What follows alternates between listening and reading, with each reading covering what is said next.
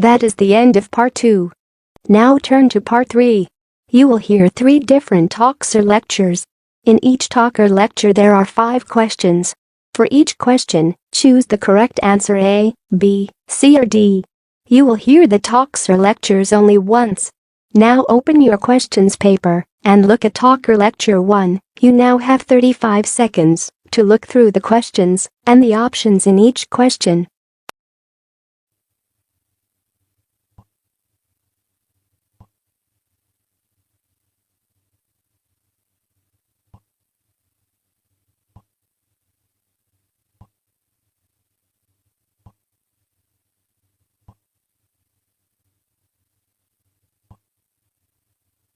Now we are ready to start. Listen carefully.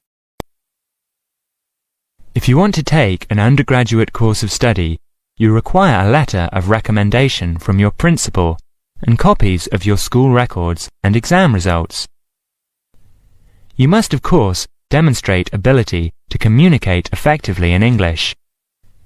Different majors require different abilities in English. Undergraduate courses in science often require you to do a foundation year before you start the course, so that you achieve the requisite knowledge before you begin the courses.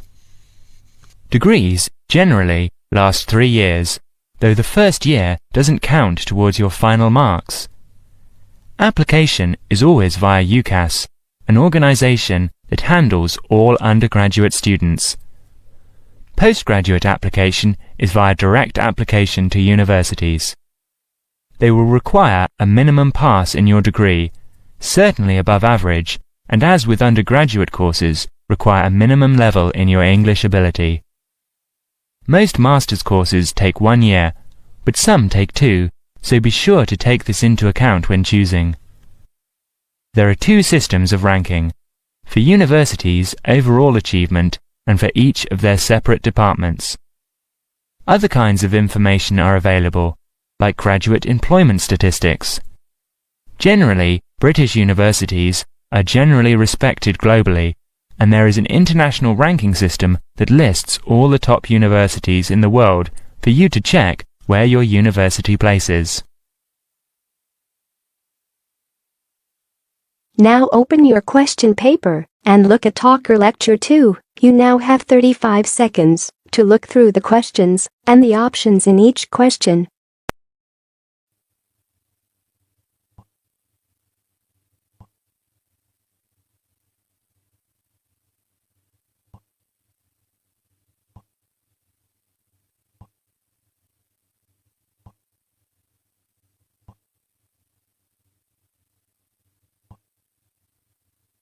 Now we are ready to start. Listen carefully. My name's Dan Pearman, and I'd like to talk about the work of Pedal Power, a small charity based mainly in the UK.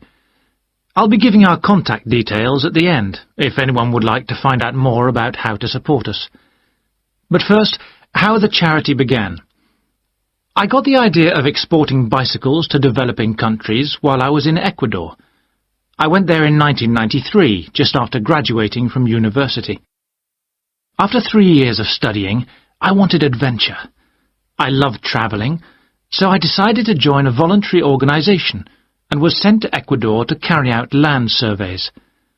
The project came to an end after 5 years, and when I returned to the UK in 1998, I started planning Pedal Power. Where I lived in Ecuador was a very rural area. My neighbour had the only bicycle in the village, whereas everyone else walked everywhere. My neighbour's business was unusually successful, and for years I couldn't understand why. Then I realised having a bike meant he could get where he wanted to go without much trouble. Other local carpenters could only accept jobs in a 3-kilometre radius, so no matter how skilled they were, they could never do as many jobs as my neighbour. At Pedal Power, we collect second-hand bikes in the UK and send them to some of the poorest regions in the world. When we distribute bikes overseas, we don't give them away for free. We'd like to, but long-term that doesn't really help the local economy. The demand for bikes is enormous, which makes them very expensive locally. So we sell them for 5% of the normal price. But in order to continue operating, we need to have a constant supply of bikes which we send out every 6 months. One example of a town that's received bicycles from Pedal Power is Rivas. It was the first place I sent a full container of bicycles to. Most people there now own a bicycle. The local economy has developed so much, you wouldn't recognize it as the same place. In fact, there are more bikes than on the streets of Amsterdam, if you've ever been there. But Pedal Power still needs your help.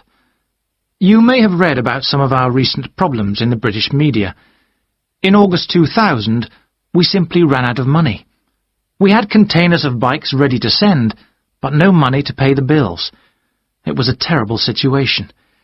We managed to ensure the bikes went out on time, but the other problems carried on for several months. Now open your question paper and look at Talker Lecture 3. You now have 35 seconds to look through the questions and the options in each question.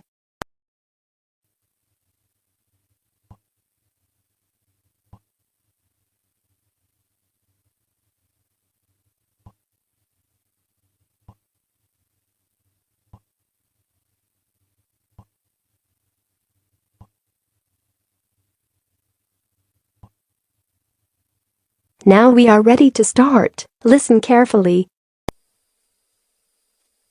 Today's Health Council is presented by Paula Clayburgh, who is the Chief Counsellor at Liverpool's famous pain clinic, the Wilton Clinic. Paula. Do you know what Prince Charles, Sevi Ballesteros and Elizabeth Taylor have in common? They all suffer from chronic back pain. In fact, bad backs are one of the most common health problems today, affecting people in all walks of life.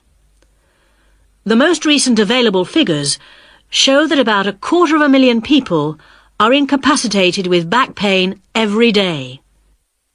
And many sufferers don't know the cause or the solution to their problem. The majority of our patients at the clinic tend to be women. They are especially vulnerable because of pregnancy, but also because of osteoporosis, which I personally believe to be the major cause of problems for women. I have many women patients who say they have completely given up exercise because the pain makes them so miserable. But of course, that starts up a vicious circle. Bed rest, giving up exercise, and painkillers are traditional responses to back pain. But although there are many excellent drugs on the market, at our clinic we're beginning to realise the unique benefits of relaxation therapy. Other specialists in the field make a strong case for certain types of exercise, but in our experience they are easily mishandled and can lead to more harm than good. Now let's look at some of the reasons why back pain is developing into such a unique menace. In general, the body is pretty good at self-repair. A strain or a blow to a limb, though painful at the time, generally resolves itself. But the body's response to back injury can be very counterproductive. When pain strikes, we attempt to keep the back as immobile as possible, which makes the muscles tense up. Research shows that they often go into spasm, which causes further twisting of the spine. A vicious circle is underway. The second mistake we often make when stricken with extreme back pain is to go to bed and stay there. Although at the clinic we recognise that a short rest in bed can be helpful, up to 2 days, any longer makes our back muscles become weaker and unable to hold up our spine. The pain, therefore, becomes worse. Another problem is being overweight. Anyone a stone or more overweight who already has back pain is not doing himself any favours. Though it won't actually set it off in the first place, the weight will increase the strain and make things worse. The British diet could be partially to blame for the increase in back pain.